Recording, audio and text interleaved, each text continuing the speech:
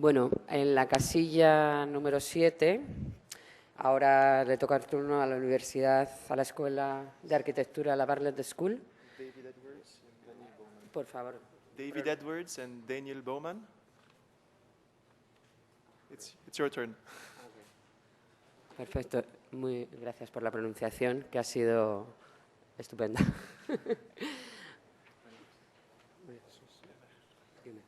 Un segundo. A continuación, lo digo porque a lo mejor no todos estáis al tanto del tema, van a participar los estudiantes que vienen con Manuel Ocaña, de Segovia. ¿De Segovia? Después, sí. Bueno, me dicen, yo por eso estoy avisando, si alguien sabe si están aquí o si les puedo avisar, y si no, correremos un turno en el caso de que no. Ah, vale, que está llegando. Bueno, estupendo. Bueno, okay, it's your turn.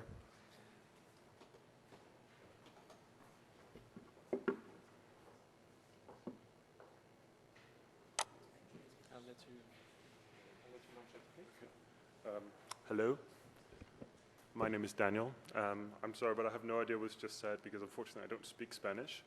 But I'm going to try to do my best to explain. I hope you can sort of follow along. Yeah, sorry. Can you hear me? Okay, good. Okay, so I'm Daniel. I'm from UCL, from the Bartlett School of Architecture. And as I just said, unfortunately, I don't speak Spanish. So, yeah, if you see me daggling along the corridors, please do point me in the right direction. Me and Dave are going to present our final projects, which we just finished. And our tutor Marcus was supposed to be here with us. Unfortunately, he and his wife just had a baby, so he's with them. So I'm just going to go ahead. Let's see.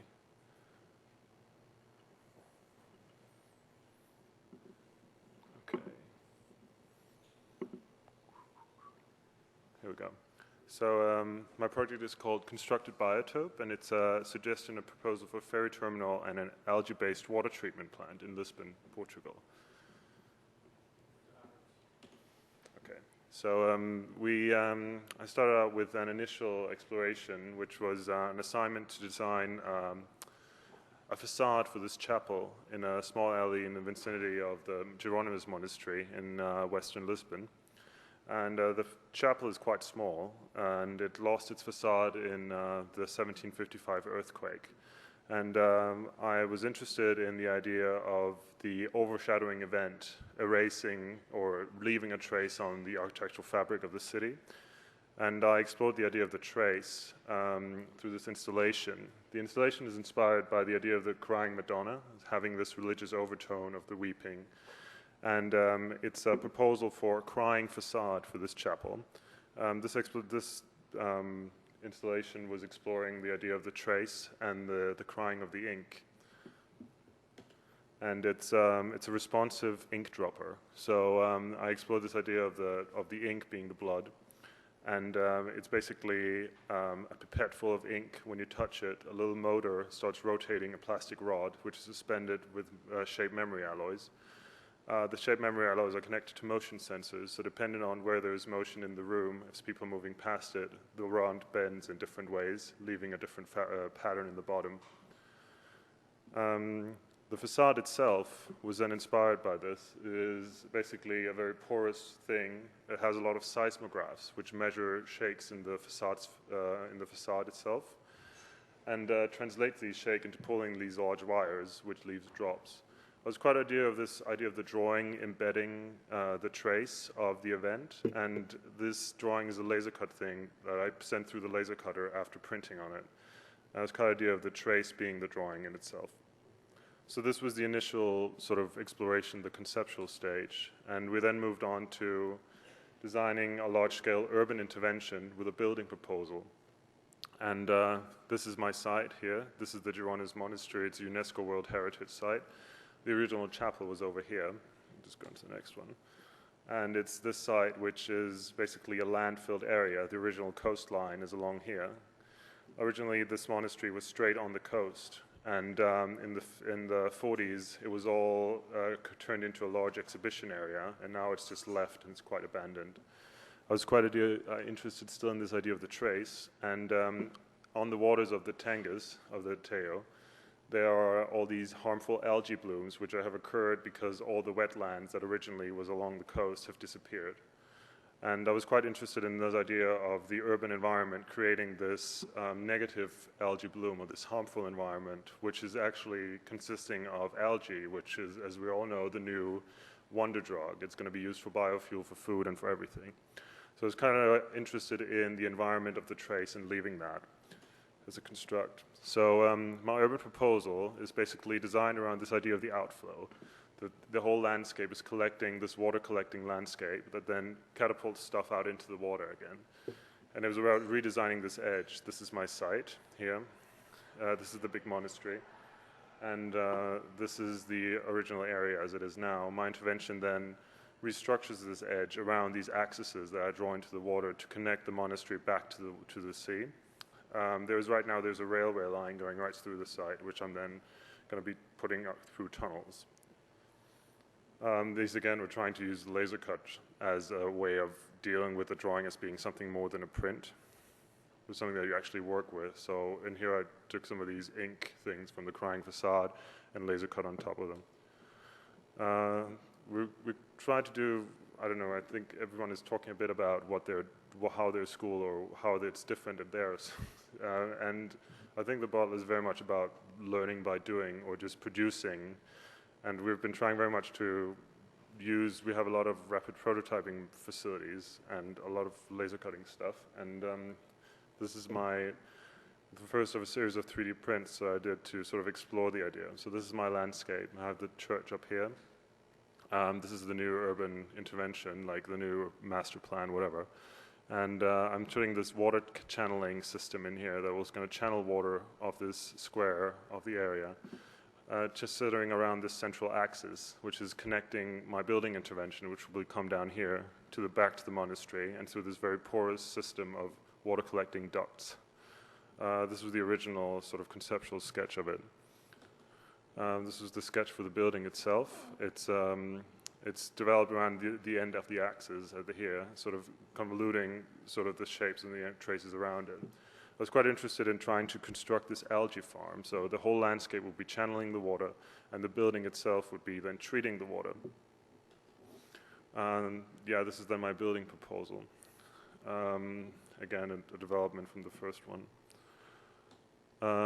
I constructed this way of growing filamentous algae, which was part of my thesis explorations. I can see this is the original responsive installation for the facade, and I turned it into a filamentous algae farm. So basically, I harvested these samples and constructed this prototype in which water that I collected from a canal nearby, which would basically urban runoff, is pumped through the system, through a series of pumps up into this dispenser head, rattling along the algae samples. And they actually grow, and the water then slowly purifies. And this is then the translation into the design, in which I have a large-scale structure, the structure here that you see here, which is basically creating these sort of filament valleys for growing the algae in. And again, it's the same principle of using the urban runoff, pumping it over the algae, creating this moist ecology in which the algae then grows. Translating this into a structure, this is a sketch cross-section through my building based on this large reservoir in the bottom, and pumping the water up through the structure. The structure is then developed through a series of models, just through something which is a steel load-bearing thing, shaded by this wood paneling, and eventually you have the algae growing on the inside in sort of a system like this. This is the build-up of my building. I don't know if you can see anything. I can't see much. But it's basically the reservoir on the bottom, the end of the axis, which also has the functions of the ferry terminal down here, and then the porous sort of the skeleton structure of the algae plant in the top. From the side, it also constructs this big steel nest that you slowly approach, and over time, everything will become green as the moist ecology is sort of spreading all over the building. This is a view through one of the wind catchers. You have the algae farms, so the algae growing on the wires vertically and on the structure outside. And the only interior space is actually the functions of the ferry terminal on the inside. God, it's not really seeing anything, is it? Well, you're gonna have to trust me. There is a building. This is my floor plans, basically. Don't come through very well. But anyway, this is the interior of it. Once a year, there's this procession through between the end point connecting on July 12th. There's this procession of honoring the death day of St. Augustine, which is the Saint Patron of Lisbon, in which a large procession lands at the end of this pier, and then they walk. Currently, they just randomly walks through the landscape, arriving at this big church where they have a ceremony. And I thought this would be the event that sort of connects this whole landscape. So in the interior, you have these different programs merging together, the daily functions of the ferry terminal. The nature is interfering through this algae plant, and at the same time, there's this once a year where the whole thing is read as a continuous motion. Wish you could see my section, but that's not going to happen. This is the building seen from outside. There's quite a large tidal difference, and I'm constructing this landscape here that collects water, putting in a building that treats the water and uses it. And there is this big landscape here outside that appears at low tide when the water withdraws, leaving it sort of sitting, cantilevering into nothing. I quite like this idea of the temporary traces that sort of interfere. You have nature that intersects the building as something temporary, like in the high summer, all the algae would die because there would simply be no rain and no runoff. And but then you would have, this landscape of the tide appearing every day. So you'd have these interferences of different times. I explored this idea of the procession and the thing through these perspectival models that I created. These are not very wide, they're like maybe 10 centimeters. And I sort of worked with the projection and how you'd experience the structure through this walk through the building. This is from the end point of the axis. Right far down you have the entrance to the church.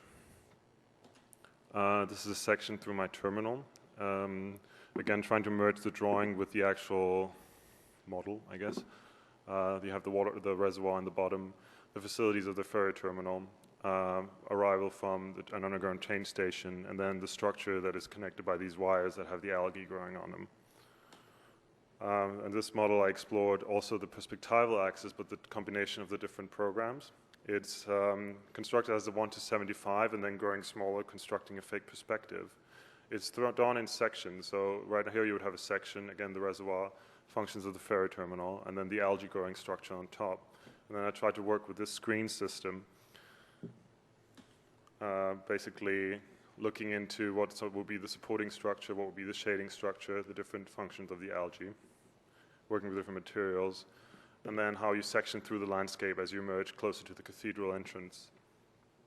And yeah, I think that's it.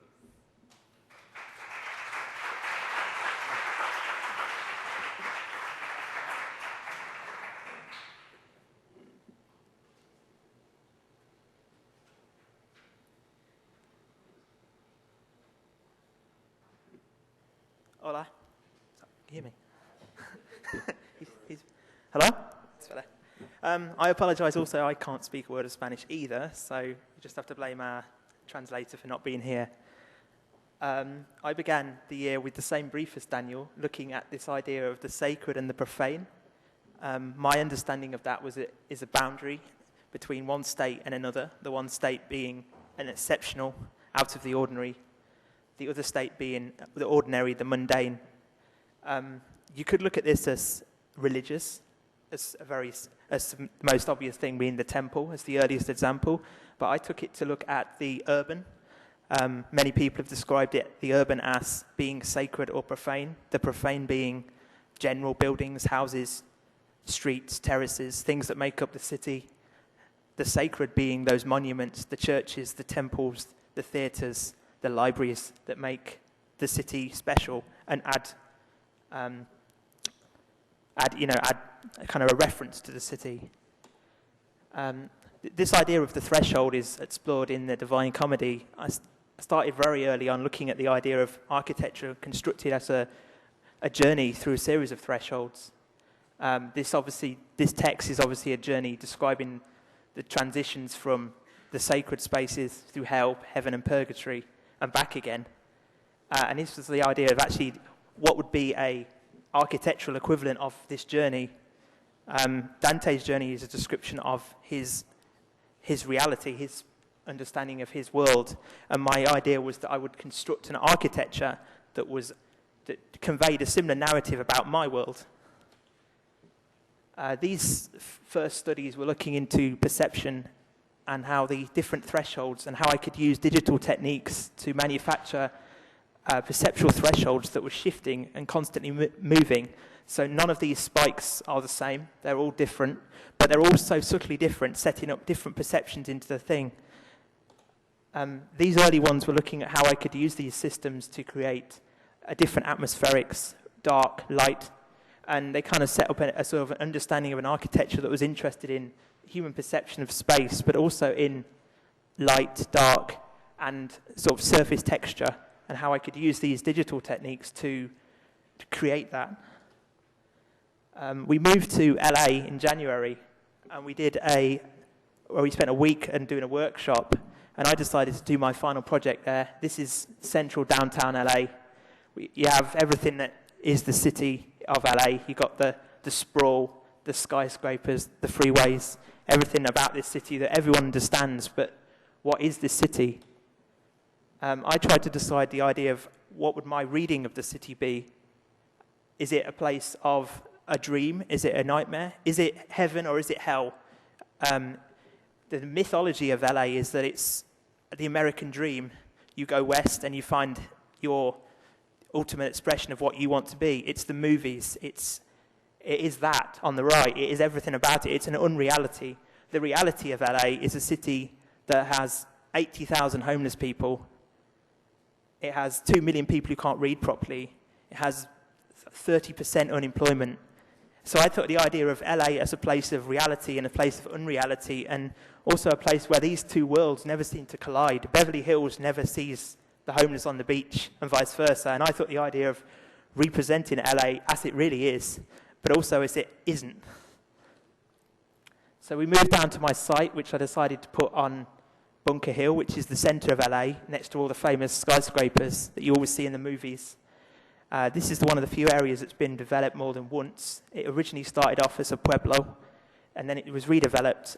And then it was redeveloped in the 70s to construct an acropolis on top of the hill. So here we have where I eventually decided to put my intervention. In the center there, that very complicated-looking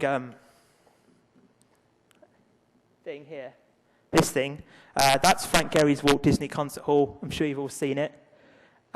To the south here, where my site is, there is a kind of void that lasts nearly 500 meters, which in no European city would ever see. And that's where I decided to put my insertion. This part of the city is very strange in the fact that it is all monumental buildings. It's all federal buildings, cultural buildings, and then these skyscrapers that dominate the area. There's no real city there. I looked at the ideas of how you could represent this city through other people's understandings of it. One of those was Rainer Banham. His book called The Four Ecologies of LA described the city both culturally and physically as the plains of Id, Surfurbia, Utopia, and these foothills. These four images kind of understand of what these places are that he described. They're not just constructions, but they're also cultural references that people in the city all understand. So my idea was to construct a microcosm that brought all these elements of the city together inside a singular building. My thesis was looking at urbanism, and I looked at the idea that the library as a transitional building type that is now becoming, instead of a repository, it becomes a place of urbanism. So looking at the history of the library from its origins right to where it is now, and a place of could it reinvent itself to produce this urbanism that I described.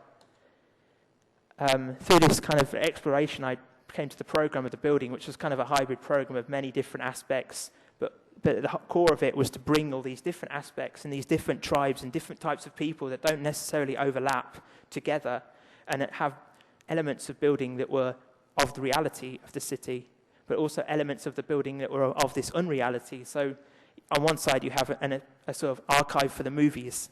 On the other side, you have an archive for the reality and the land ownership of the city. So these two aspects sitting side by side. So develop the scheme.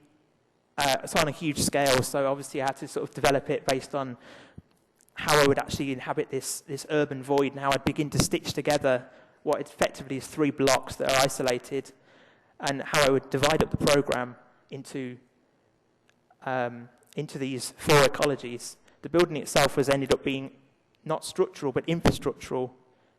That meaning that it was not about the destination, it was about how you moved through the building, and then sort of this idea of the journey through the building became the point of it. It's not where you end up, it's how you move through this building that really matters, and your understanding of the city changing as you go through it. I also returned to generated techniques to look at the movement patterns through the site, using different nodes to add attraction or repulsion, and set up some gestural processional routes that I wanted to create through this site, but at the same time maintaining the original road structure, but a little bit distorted.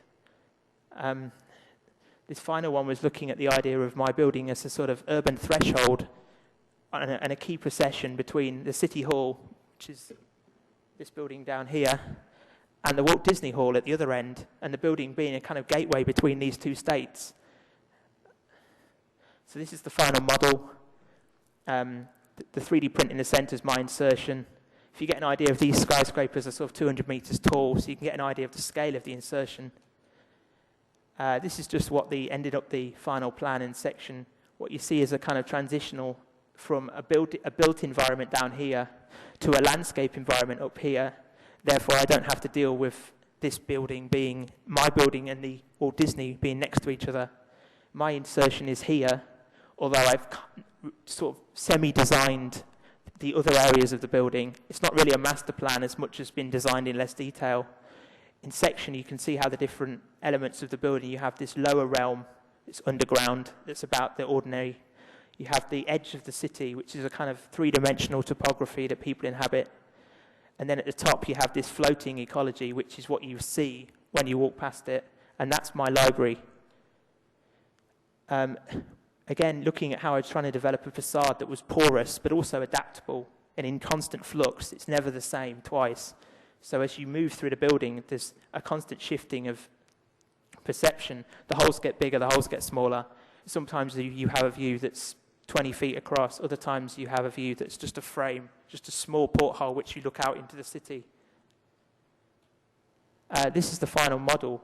You start to see this idea of this porous facade that in some places is vast, allowing for lots of natural daylight, and it's all set up to perform environmentally, but also urbanly. In other places, these holes are tiny, allowing privacy and shade. The inner portion of the building in this sort of central zone is actually just a big canopy. These 4 points are where the actual action happens.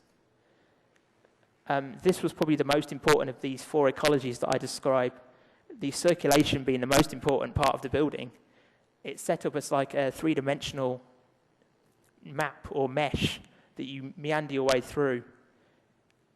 And then just as quickly, finally, the journey through the building is a series of sort of film scenes, really. It was always described perceptually rather than geometrically. And this is just a sort of mini journey through the building that I created.